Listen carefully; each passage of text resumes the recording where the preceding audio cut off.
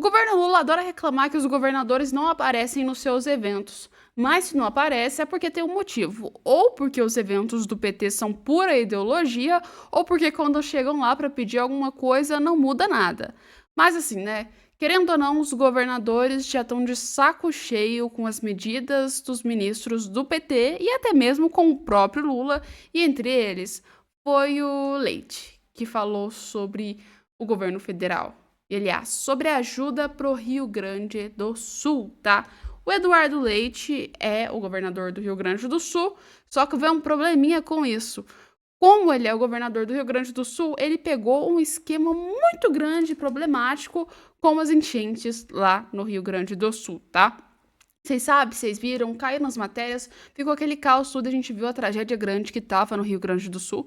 E o mínimo que você espera de um governo federal é que ele ajude as pessoas, né? E o governo federal fez o seguinte, não ajudou tanto assim. Criou uma porrada de coisa, virou uma fake news sobre aquele tema do Rio Grande do Sul.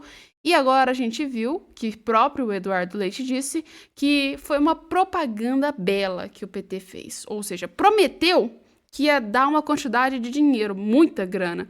Só que no final não cumpriu nada o que fez. Ou seja, mais uma medida que o PT fala que vai fazer e não cumpre. Ou seja, governinho bom esse, não é mesmo?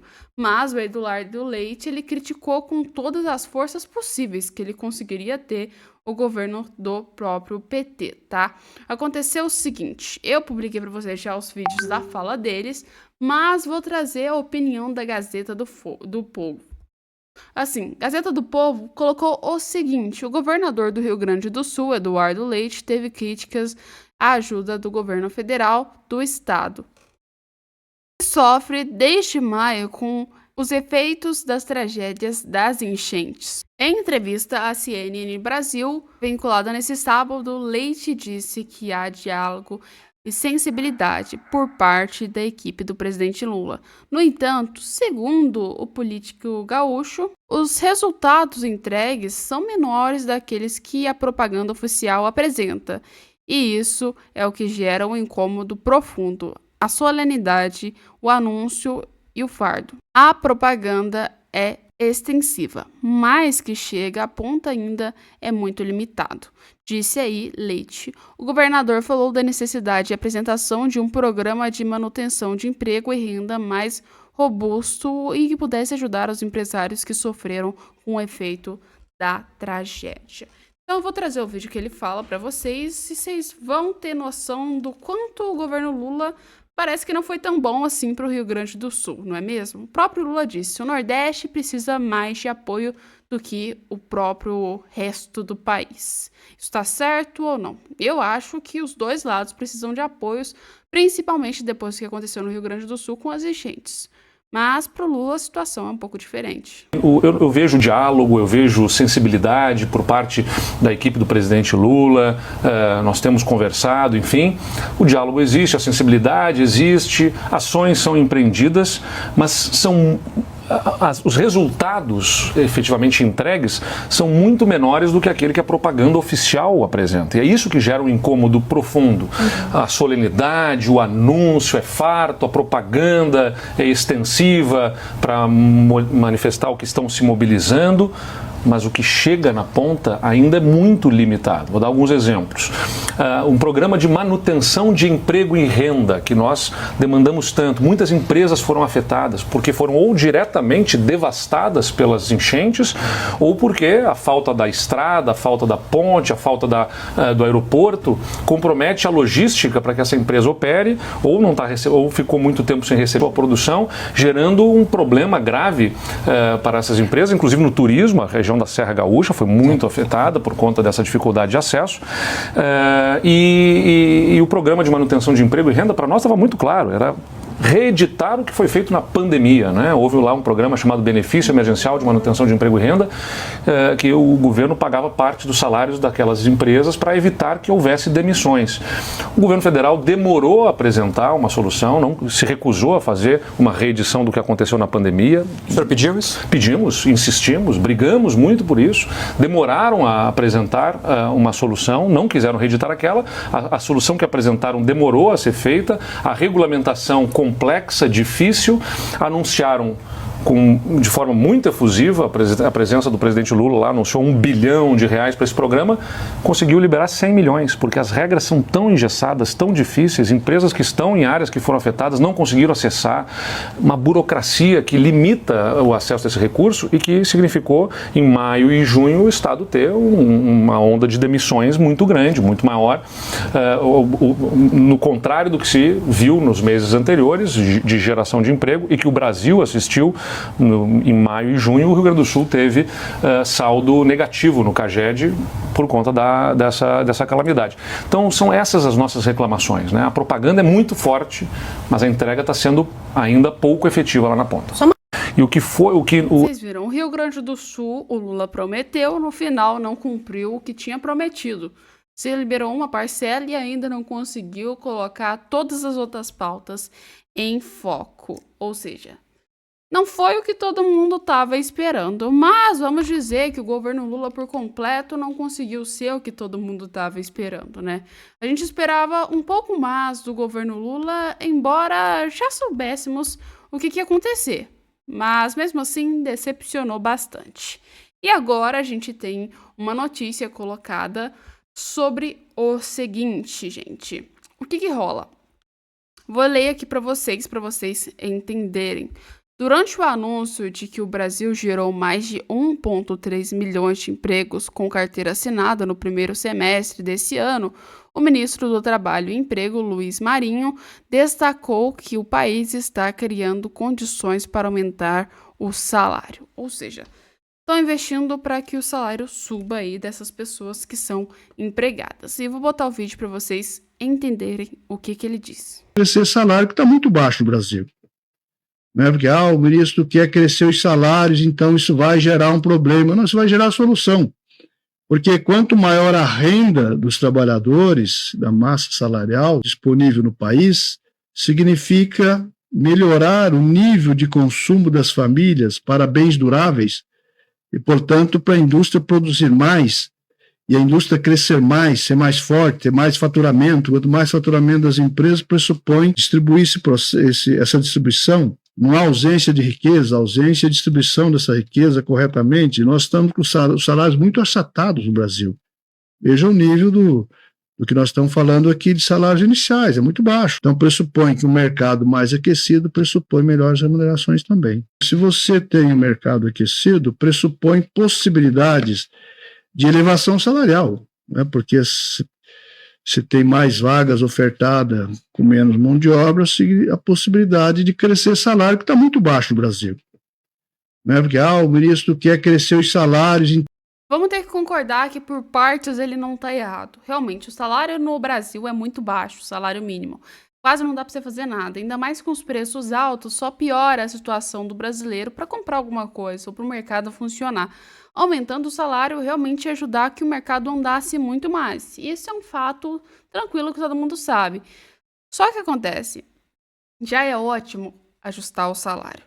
Porém, no Brasil, um fato que eu vou dar para vocês, isso aí é independente de que governo que seja, o salário ele já está desajustado com a inflação. Era para o brasileiro hoje, se for olhar a inflação que está aqui no Brasil, era para estar ganhando R$6 mil o salário mínimo. Mas isso é algo que a gente não vê e não vai ver nunca, não vai acontecer esse fato para que no mínimo a pessoa no Brasil tenha uma condição de ter lazer, outras coisas nesse sentido. O mínimo que ela precisa é R$6 mil. E isso não rola. Mas, de certa forma, tem que concordar. Aumentar o salário mínimo é bom porque vai ter um movimento maior no mercado. Mas, embora eu concorde com o ministro do Lula, eu tenho que dizer que eu discordo de outro, que não ajudou muito. Ou seja, enquanto um quer aumentar o salário, o outro está querendo fazer com que esse fato do próprio ministro aumentar o salário seja inútil. Porque se aumenta imposto e aumenta, além do mais, a taxa das coisas, normalmente você vai gastar caro do mesmo jeito. Ou seja, aumentando o salário, você ainda vai torrar ele. Pois é, o Fernando Haddad, anuncia bloqueio de 11,2 bilhões de contingenciamento em 3,8 bilhões do orçamento em 2024. E, aliás, isso não é meme, tá, gente? Ou seja, cortes e cortes e cortes, mas no final a gente tá vendo que não tá adiantando nada. E taxas e taxas e taxas, não é mesmo? O ministro da Fazenda, Fernando Haddad, anunciou nesta quinta-feira que o governo federal fará uma contenção de 15 bilhões no orçamento desse ano, com o objetivo de cumprir as exigências do arcabouço fiscal. Segundo Haddad, os 15 bilhões indicados a partir de 11,2 bilhões será objetivo de bloqueio para respeitar a regra do limite de despesas públicas para 2024. Conforme estabelecido o novo marco fiscal, os gastos do ano devem apresentar um crescimento geral entre 0,6% e 2,5% em relação às despesas do ano anterior. Tá certo? A Receita fez um grande apanhado do que aconteceu nesses 6 meses, mesmo aconteceu com o planejamento no que diz respeito às despesas, e nós vamos ter que fazer uma contenção de 15 bilhões de reais para manter o ritmo do cumprimento do arcabouço fiscal até o final do ano, consistindo em 11,2 bilhões de bloqueio, em virtude de um excesso de dispêndio acima dos 2,5% previstos no arcabouço fiscal, e de 3,8 bilhões, o que totaliza 15 bilhões, de contingenciamento em virtude da Receita, né, particularmente em função do fato de que ainda não foram resolvidos os problemas pendentes junto ao Supremo Tribunal Federal, ao Senado Federal. Então nós tomamos a decisão de já incorporar uma eventual perda em função desse adiamento para contemplar o arcabouço fiscal dentro da banda prevista na LDO. Então são 3,8 de contingenciamento, 11,2 de bloqueio, totalizando nesse relatório 15 bilhões de reais. Terminou, oportunamente. Agora nós estamos... Vocês viram aí? Já põe nos comentários o que vocês acharam sobre isso e vamos passar para mais matéria porque tem muita coisa. Não vamos ficar só na matéria, senão vocês vão perder as informações. Pois é, o seguinte, Jovem Pan publica, e dessa vez polêmica. Na última sexta-feira, o Tribunal Superior do Supremo Eleitoral Federal da Venezuela, ele considerou que o Maduro tinha ganhado, né? E assim... O Tribunal Supremo da Justiça da Venezuela se reuniu para anunciar a vitória de Nicolás Maduro de maneira irreversível. O ditador ficará mais 5 anos no poder. Para Luiz Fernando Pacheco, comentarista. O mundo não aguenta mais extremismo e esse é o extremo da pior esquerda. Deem uma olhada. Então só tem um jeito. O Brasil, assim como os Estados Unidos também, então, está tendo uma postura ainda de vamos ver como é que é para ver como é que fica. Então o Brasil ele não reconheceu nem deixou de reconhecer a eleição. Está tendo uma postura mais criteriosa, cautelosa. Mas eu espero ver, sim, o presidente Lula, que é um democrata, condenando essa eleição fraudulenta do Maduro. O povo venezuelano não quer o Maduro, não pode aceitar o Maduro, e a comunidade internacional tem que apoiar esse povo oprimido da Venezuela. Eu tenho uma dúvida. O mundo não aceita mais extremismos, seja o extremismo de direita, seja o extremismo de esquerda. Pois é, em pleno 2024, isso era uma coisa que a gente não devia nem ver, esse extremismo por ambas as partes, mas principalmente pela esquerda, né? Mas vamos trazer mais um conteúdo para vocês. Vocês sabem que teve muito rolê quando aconteceu o 8 de janeiro e depois manifestações em prol do Bolsonaro, onde umas pessoas foram presas. Legal, e receberam 17 anos de cadeia. Só que é o seguinte, uns tempos para trás teve uma crítica que vários jornalistas fizeram que teriam liberado uma criminosa tal, que era traficante, por ela ter 2 filhos. E depois questionaram o fato de uma mulher que tinha aí pichado, né, a estátua da justiça, que na verdade não teria sido liberada, né? A questão é que as pessoas criticaram isso, ou seja, jornalistas, colunistas, advogados, criticaram isso. Só que os 2 filhos dessa mulher, tá, agora fizeram uma fala, falando sobre a mãe e que estão sentindo a falta dela. No caso, a matéria está escrita o seguinte: Moraes mantém mãe de 2 crianças presas por 14 meses sem denúncias. Pois é, isso aí foi a matéria publicada aqui nesses perfis, ó, ICLWSX. Vou botar o vídeo para vocês poderem assistir e depois vocês comentem o que vocês acham aí nos comentários. Oi, eu sou o Rafa, eu sou filho da Débora, minha mãe da presa. Eu quero muito que você nos ajude a tirar ela de lá. Por favor, nos ajude, a gente quer muito. A gente quer muito que ela saia de lá. Oi, meu nome é Caio, eu sou irmão do Rafael.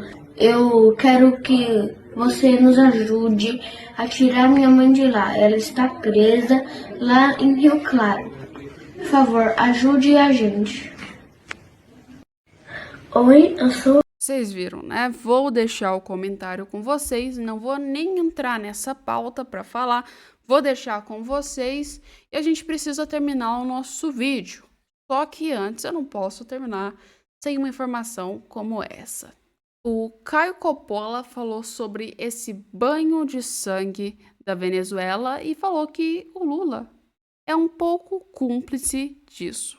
A prisão de Maduro é caso de prender o presidente reeleito da Venezuela? Na sua avaliação, a OEA acertou ao fazer este pedido? Sim, e Luiz Inácio Lula da Silva é cúmplice político desse banho de sangue na Venezuela. Olá, Basília. Olá, doutor Zé Eduardo. Saudações à nossa audiência. Seja por omissão, seja por conivência ou por endosso ao regime de Nicolás Maduro, o Lula é moralmente responsável por essas mortes e pelas centenas de detenções perpetradas por essa tirania que só trouxe fome, violência e exílio. Segundo aqui a Agência das Nações Unidas para Refugiados, a Acnur, desde 2004, 6.600.000 venezuelanos foram forçados a deixar o seu país. Mais um êxodo aí para conta da esquerda socialista. Apenas aqui no ano de 2018, o Alto Comissariado da ONU para Direitos Humanos denunciou o potencial extermínio de opositores políticos na Venezuela na ordem de 14 mortes por dia. Pessoal, isso é equivalente a mais de 5.000 homicídios em apenas um ano. Não à toa, o Brasil, assim como a maioria das democracias ocidentais, rompeu, ou pelo menos restringiu relações com esse regime assassino. Um regime que censura, persegue, tortura e mata quem ele não consegue corromper. Até o belo dia em que o amor venceu no Brasil e Lula da Silva, esse grande estadista, esse grande humanista, foi reconduzido do cárcere à presidência da República em uma notável volta à cena do crime, para usar a expressão exata cunhada pelo nosso vice-presidente, senhor Geraldo Alckmin. Ano passado, o Lula fez questão de receber e de prestigiar o seu ditador de estimação e afirmou com a maior disfarçatez e o absoluto descompromisso com a verdade. Aspas, companheiro Maduro, é preciso que você saiba a narrativa que se construiu contra a Venezuela, a narrativa da antidemocracia, a narrativa do autoritarismo. O Celso Amorim, que era meu ministro, hoje é assessor especial, e eu andávamos pelo mundo explicando que a Venezuela não era do jeito que as pessoas diziam que ela era, ou seja, que ela é uma ditadura.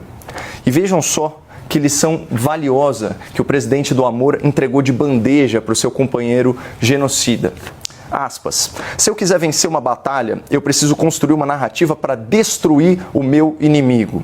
Está nas suas mãos, companheiro Maduro, construir a sua narrativa e virar esse jogo. E aí os nossos adversários vão ter que pedir desculpas pelo estrago que eles fizeram. Fecha aspas. Bom, dito e feito. Enquanto Lula da Silva inventava narrativas para incluir a Venezuela no Mercosul, violando os tratados internacionais que impedem a participação de ditaduras no bloco, o seu amigo ditador fingia um compromisso com a democracia e com eleições livres para suspender sanções internacionais e capitalizar seu governo corrupto.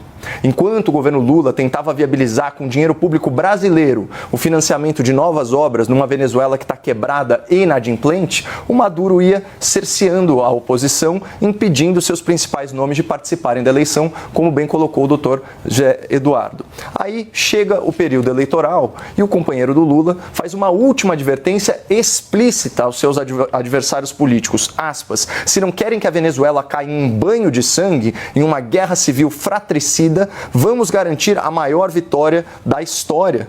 Bom, até o Lula se disse assustado com essa fala, mas o Maduro sugeriu que ele tomasse um chá de camomila e ficou por isso mesmo. Vejam o que disse o ditador. Eu não disse mentiras, apenas fiz uma reflexão. Na Venezuela vai triunfar a união cívico-militar policial perfeita. Bom, além de todas essas ameaças, o Maduro prendeu dezenas de opositores políticos, fechou outro tanto de veículos de comunicação que tinham a ousadia de criticá-lo. Mas, para surpresa geral, a oposição popular à ditadura é tão grande que mesmo com intimidações, mesmo com trapaças e mesmo com a fraude no resultado oficial, ficou explícita a derrota do regime autoritário nas urnas. E o que fez a esquerda brasileira, que ao contrário do Dr. Zé Eduardo, não evoluiu, ficou no mesmo lugar ou até involuiu. O Itamaraty do governo Lula saudou o caráter pacífico da jornada eleitoral na Venezuela. Uma jornada aí, como eu disse, marcada por perseguição política, por censura, por fraude nos resultados, por prisões arbitrárias, pela morte de manifestantes. Aí o PT do Lula reconheceu a vitória fake da sua ditadura de estimação e ainda qualificou esse processo fraudado, como democrático e soberano. E o próprio Lula, depois de um silêncio constrangedor que durou dias, disse ontem, que o processo eleitoral é normal e tranquilo, que não há nada de grave, assustador ou anormal e que eventuais disputas devem ser confiadas à justiça da Venezuela, que é controlada, como todos sabem, por Nicolás Maduro.